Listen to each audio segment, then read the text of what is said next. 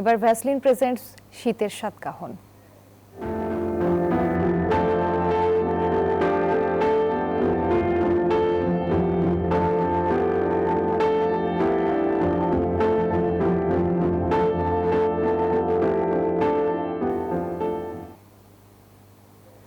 হালকা শীতের আমেজে জাহাঙ্গীরনগর বিশ্ববিদ্যালয়ে অতিথি পাখির কলকাকলি। ক্যাম্পাসের ডজন দেড়েক লেকে নিয়মিত বসছে তাদের আড্ডা। তবে এবার পাখির সংখ্যা বেশ কম, এজন্য উপযুক্ত আবাসস্থলের অভাবকে দুষছেন বিশেষজ্ঞরা। নাজমুল হুদার তথ্যচিত্রে ডেস্ক রিপোর্টে বিস্তারিত। বিদায় নিচ্ছে হেমন্ত, আর কদিন পরে শুরু শীতকাল। এর মধ্যেই বইছে হিমশীতল বাতাস, চারদিকে আবছা কুয়াশা। শীতের আগমনী বার্তা নিয়ে কলকাকলিতে মুখর জাহাঙ্গীরনগর বিশ্ববিদ্যালয় ক্যাম্পাস। প্রতি বছর শীত প্রধান বিভিন্ন দেশ থেকে দল বেঁধে আসে এই অতিথি পাখিরা।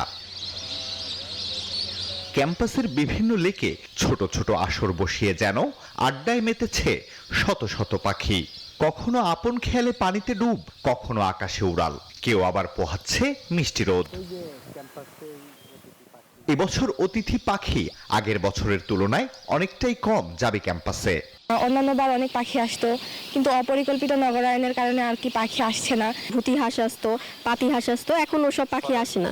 হ্যাঁ, সরালি, এটাই আসলে সরালি, ছোট সরালি। পরিবেশগুলো একটু ক্লিন করুক, নদী নালাগুলো একটু ক্লিন করুক, রেগুলার একটা মনিটরে থাকুক।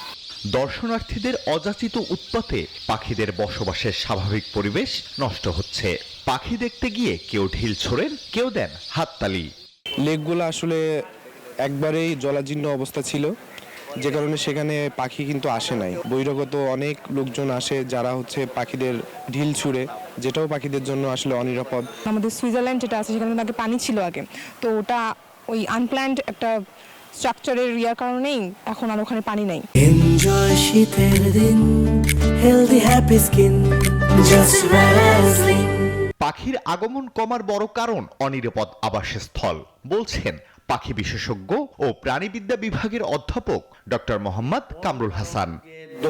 দোকানপাটের পিছনে যে লোকজন সারাদিনই সেখানে বসে চা খান, আড্ডা দেন, এটি বড় কারণ। বিশেষ করে লেকের পাড়ে যদি আমরা কোলাহল কমাতে না পারি, তাহলে পাখি নিরাপদ বোধ করবে না এবং আসবে না। ছোট বড় মিলিয়ে জাহাঙ্গীরনগর ক্যাম্পাসে মোট 26টি লেক রয়েছে। 1986 সালে প্রথম এই ক্যাম্পাসে অতিথি পাখির দেখা মেলে বলে জানান গবেষকরা। আলহাদি খান, নিউজ 24।